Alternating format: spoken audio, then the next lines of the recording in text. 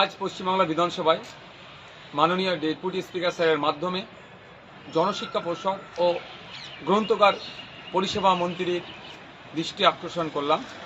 ভাঙড় বিধানসভা ক্ষেত্রে ভাঙড় বিধানসভা এরিয়ায় 5টি লাইব্রেরি ছিল, যে লাইব্রেরিগুলো পরিকাঠামোগত সংস্কার এবং রক্ষণাবেক্ষণ এবং লাইব্রেরিয়ানের নিয়োগের ফলে প্রায় বন্ধ হতে চলেছে। লাইব্রেরির মতো হচ্ছে নজরুল সুকান্ত পাঠাগার ঘটকপুকুরে, যেটা প্রায় বন্ধ হয়ে গিয়েছে।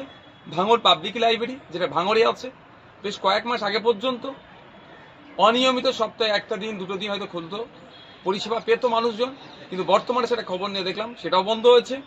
ফুলেরহাট পল্লী পাঠাগার, যেটা দীর্ঘদিন ধরে বন্ধ হয়ে আছে। বামনঘাটা আশুতোষ পাঠাগার, বামনঘাটাতে যেটা 2017 সাল থেকেই বন্ধ হয়ে আছে, এবং হৃদয়ভূষণ স্মৃতি পাঠাগার ভোজেরহাট, সেটার অবস্থাও একই।